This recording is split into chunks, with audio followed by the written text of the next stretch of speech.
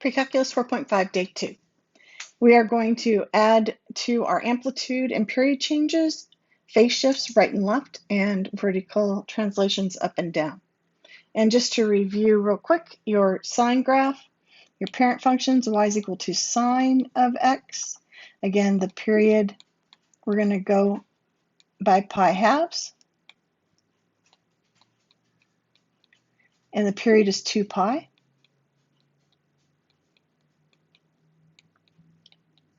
And sine goes from 0, it starts at 0 up to 1 to 0 to -1 and back to 0 for one period.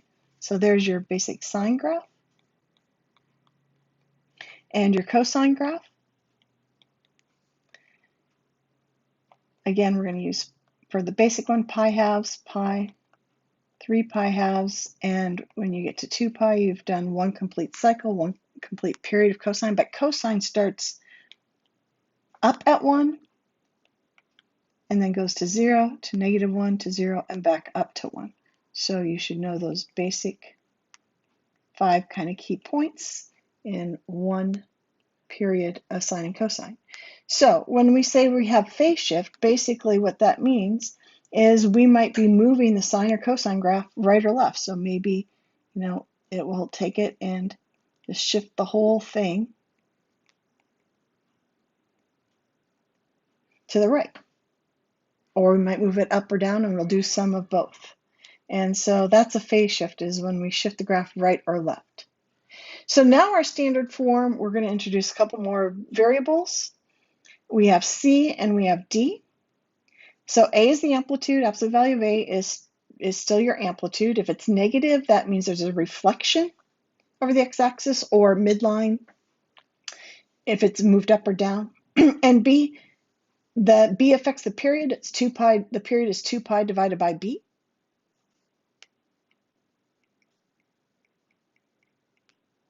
And then C affects the phase shift. And so if this, it's opposite of what you think of. If it's X and it's a minus a value, you're going to go right. If it's X and it's a positive value, you're going to move to the left. So down here in example 1, since we have X minus pi halves, you're going to be going right. And versus in example 2, since you have a plus pi force, you're going to be going left. Similar to horizontal transformations that we've done before. All right, so let's just go ahead and work through these. You want to go ahead and identify the amplitude, and it's 1. The A value is 1. There is no reflection in the x-axis because it's positive. And the period of this, well, I can think of this as the sine of 1 times x minus pi halves, if I need to. And it's just a 1x there, so the B is 1. So the period when B is 1 is still just 2 pi. There's no change in period. And then the key increment is 1/4 of the period. So that's 2 pi over 4, or it is going by pi halves. Since there was no period change, the key increment is pi halves, just like it was on the parent functions above. Now, phase shift, which I am just going to be using PS for. Since it's x minus pi halves, it is right pi halves. You're going to be moving right pi halves. And so on this, I'm going to go ahead and use, I'm going to use my key increment and label my graph by it.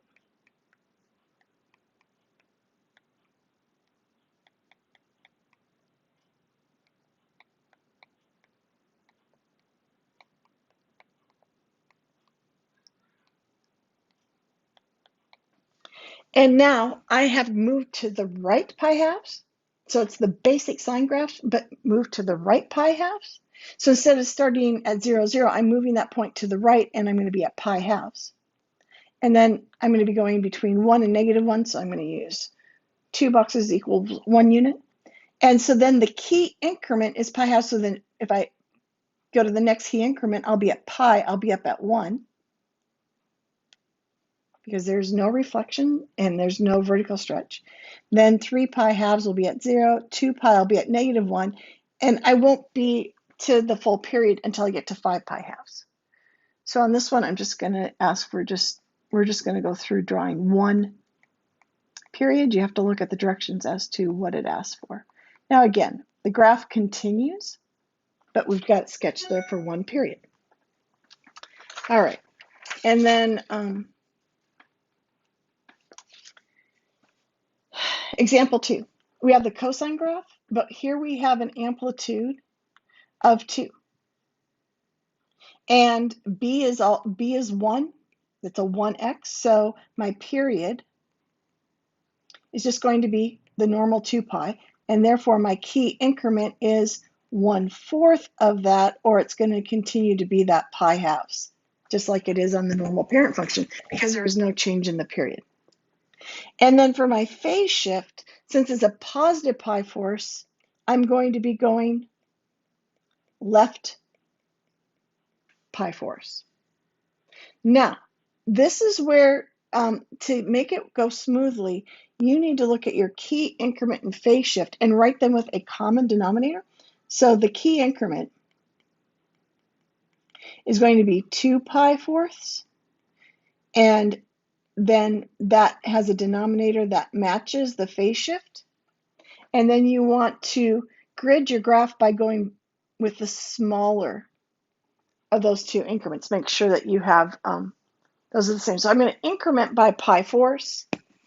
I have to remember that my key increment is going to be 2 of those, but to be able to shift it left pi force, it's just nice to have these go by pi force. So I have a negative pi force, 0, a positive pi force, 2 pi force is pi halves, then 3 pi fourths, and 4 pi force is pi, 5 pi fourths, 6 pi force is 3 pi halves, 7 pi force, and 8 pi force is 2 pi.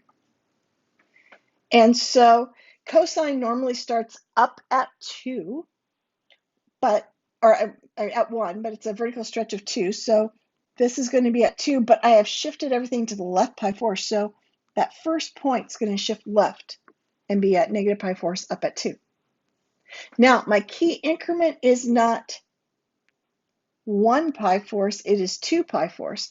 So I'm going to come down to 0, but that's going to happen at pi force.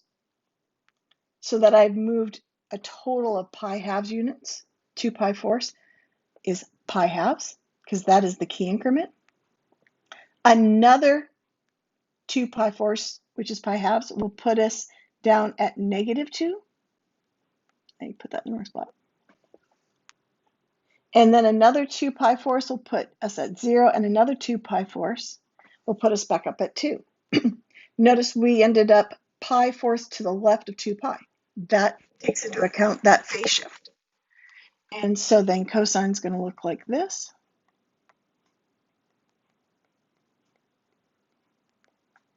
Make sure you've got it looking concave up and then changing to concave down. And then we can put a little, it would continue, but that's for one full period. Now, you will most likely be asked for some max and mins. So on this one, we would need to know that this relative max is at negative pi force and up at 2, while this relative min is to the right 3 pi fourths and down -2. And then we'd also have a relative max here of 7 pi fourths and up at 2.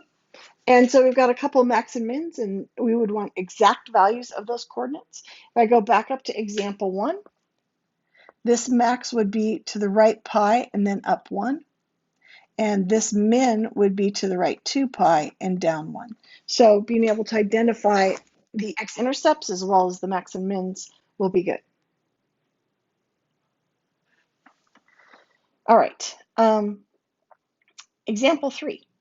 We have a little bit more going on. We're going to have a vertical shift up 3 units at the end of this. And so we have an amplitude of 2, but you have this reflection in the x-axis because it's negative. So instead of starting by increasing and going up, we're going to need to go down because of that reflection. And then the period of this, we need to think of this as y is a -2 sine of 1/2 x and a +3 on the outside. And so my b value is 1/2. So my period is 2 pi divided by 1/2. And if you divide by 1/2, you multiply by 2. So my period is 4 pi. So my key increment is 1/4 of 4 pi, or I'm going to be going by pi's. And so there is no phase shift because I don't have anything plus or minus. I'm not adding or subtracting anything to the x-half, so there is no phase shift in this. So I'm going to start at 0. And so if I graph, I'm going to grid this out by pi.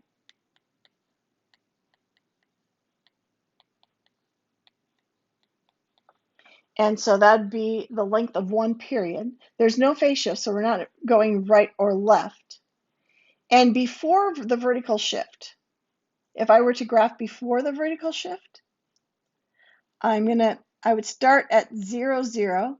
I go down to 2, to 0, up to 2, and then down 0. But now this isn't my final graph, so I'm just going to kind of dot it. Sometimes it helps to dot by doing some of the things first before getting the final answer. And so this is at -2 and this is +2. And then, so that is a -2 sine of x-halves. But now I want to move everything up 3. So I'm going to take each of these points and go up 3. So I'll be up at 3 here.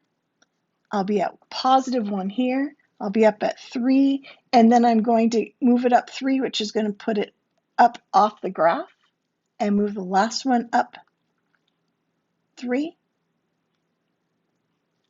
And there is going to be my final graph.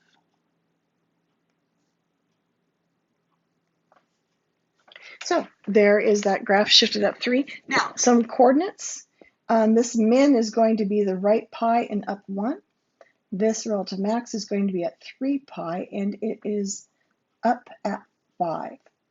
So you're going to need to be able to identify some of those, and in this case, there will not be any x-intercepts. This entire graph has been shifted up 3, and so with an amplitude of 2, it never crosses the x-axis.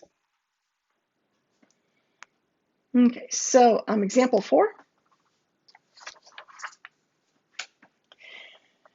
When it's like this, I need to get to that y is equal to a sine of bx minus c plus d. I need to take out the 3 inside there. There is no vertical shift up because d would just be +0, but this as it is isn't in that format that I want to easily see the phase shift. So I need to take out the 3, and if I take out 3, I'm really multiplying by 1/3. Inside, I get an x, and then multiply pi halves by 1/3 will be a pi 6. And there is no vertical movement up or down. So when you pull out a 3 inside here, you really have both of those terms times 1/3. Both of those terms are times 1/3. So now that it's in the format that I need to be able to see the phase shift, I can work on filling out those items that I like. So the amplitude is 3, and the period on this is 2 pi divided by b, and this is the value of b. It is 3. So that is my period. And my key increment is 1/4 of that period. And the 2, 4 simplifies to 1/2. That ends up being 2 pi over 12, which reduces to pi 6. And that is my key increment. And then my phase shift, now that I have it in the right format is we are going to go left pi 6. So this is kind of nice because they match, so I don't have to worry about getting a common denominator. I can just go ahead and grid it with the key increment, and one key increment will be the length of my phase shift. And so anticipate I'm going to be going left pi 6, then 0, then right pi 6, 2 pi 6 is pi thirds, and then 3 pi 6 is pi halves. And so with sine, we start at 0 normally, but we have shifted to the left pi 6, so at negative pi 6, we will be at 0. And then if I go one key increment to the right, if I go pi 6 to the right, I'm when x is at x equaling 0.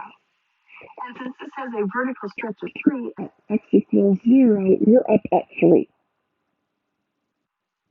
Then another pi 6 to the right will be at 0. Another pi 6 to the right will be at negative 3. Another pi 6 to the right will be at pi halves. And so for one period,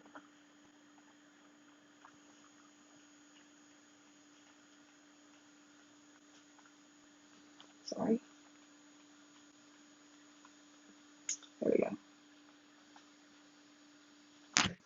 There's the graph for one period. And then so this is 0, 3 is a relative max, and over here we're at pi thirds, and we are down 3. Backwards and down 3. Your x-intercepts would be negative pi 6, 0, pi 6, 0, and then pi halves 0. And then we have a relative max, a relative min here, where they are actually maxes and mins, and you'll need to be able to identify some of those points. All right, this next one, to keep on adding some layers to this, we want to start by pulling out 2 pi. And if I'm pulling out 2 pi, I'm multiplying by 1 over 2 pi. And 1 over 2 pi times 4 pi is 2 pi. So I'm dividing out that 2 pi. And then we have a minus 1. Oops. Dividing by 2 pi leaves you with just a plain old 2, not a 2 pi. So if you redistributed, you'd get 2 pi x plus 4 pi. So just check by remultiplying to see if you'd be back where you started. So in all of this, my amplitude is 3, but we do have a reflection in the x-axis. And then my period is 2 pi divided by b, and b is 2 pi. So my period is 2 pi divided by 2 pi, it is 1. So my key increment is 1/4 of my period, or my key increment is 1/4. And then I have my phase shift. And my phase shift is going left 2. Left 2. And so if I look at my key increment and my phase shift, I have 1/4 for my key increment, and if I write 2, that would be 8/4. I have to go 8 sets of 1/4 to the left. So I want to, when I write them with a common denominator, go with the smaller of those two values to grid out my graph. So I'm going to have a negative 1/4, a negative 2/4 is a negative 1/2, negative 3/4, negative 4/4 is a negative 1, negative 5/4, negative 6/4 is a negative 3/2, negative 7/4, and a negative 8/4 is a negative 2.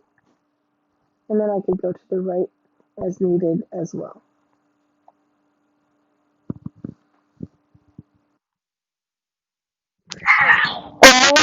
And I need to do a phase shift. I've gone left 2, and so I have an amplitude of 3. So I'm going to start, if I just ignore going down 1, oops, I'm starting at the wrong spot. This is cosine, Cosine normally starts at a positive 1, but this has been reflected and stretched. So it would be down here. And then my key increment is 1/4. So if I go 1/4 to the right, I'd be at 0. Another 1/4 to the right, I'd be up at 3. Another 1/4 to the right, I'd be at 0. And another 1/4 to the right, I'd be at -3. Now, mind you, this is dotted because this is not my final answer because I have not done my vertical shift up. I just accounted for a reflection in the x-axis, a vertical stretch, and a phase shift to the 2. And so this should be what we're agreeing on our graph. You got to analyze this. You in no way should be using Desmos to get this final graph. You need to be able to work this all without any graphing calculator access. All right, so now this isn't my final because I haven't gone down 1. So when I go down 1, here I'm going to be at -2, -4 for a minimum value. Then this is going to be my midline is going to be dropped down. And so in the x-axis is going to be y equals -1. And then I'll be up at 2. So this point right here is going to be -3/2 up at 2. Then drop down 1 here and drop down 1 here. And there is one period graph. Again, not something that you should be using Desmos on. Should be able to give me the minimum, the coordinates of the minimums, and the coordinates of the max. And in this case, the x-intercepts are not nice, neat values because it dropped down, and so we wouldn't expect the x-intercepts on this. All right, so when you need to be good at analyzing graphing so that we can go backwards and come up with the equation. In this case, instead of giving you the graph, I'm giving you some of the key values for this function. So in part A, we have a cosine, amplitude's 5, and we have the period. So I'm looking to find A, B, C, and D. And so in this case, since amplitude is 5, A is going to be 5. And we don't have any notification of a reflection in the x-axis, so A is going to stay positive. And I'm going to use the period to find the value of B. And the phase shift, I'm going right pi halves. So I'm going to need a minus pi halves in the equation. And then I'm going to go down 3, so D is going to be a -3. So now for the period is equal to 2 pi divided by b. Or I said the same thing as b is 2 pi divided by your period, which is 2 pi divided by 8 pi. So B in this case is 1/4. B in this case is 1/4. And then you have the phase shift is right pi halves, And then D is going to be -3 because we're going down 3. So we have f of x is equal to my a value of 5 cosine, and then I have my b value of 1/4 times the quantity x. I'm going right pi halves, so it needs to be minus pi halves here, and then down 3. And then you will just go ahead and distribute 1/4 for your final answer, 1/4 x minus 8. And there's your equation. Make sure you have f of x equals.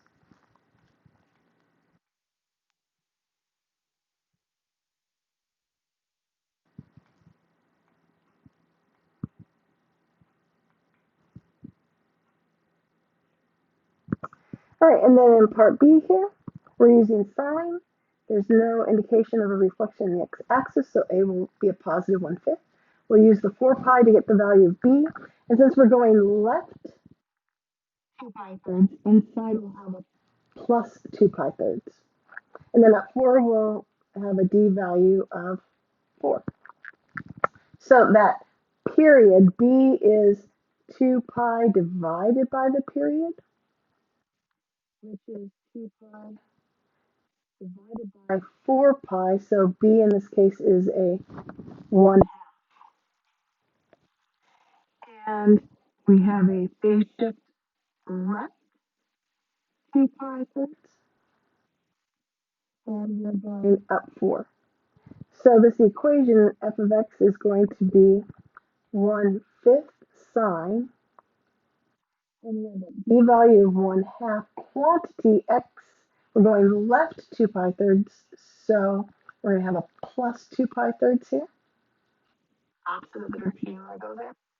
And then we're going up 4, that is a positive 4. So then distribute them, b inside there, and make it a 1/2 x. And 1/2 of 2 pi thirds, the 2 cancel, and you get a plus pi thirds. Plus 4. And don't forget to f of x equals an equation, not an expression.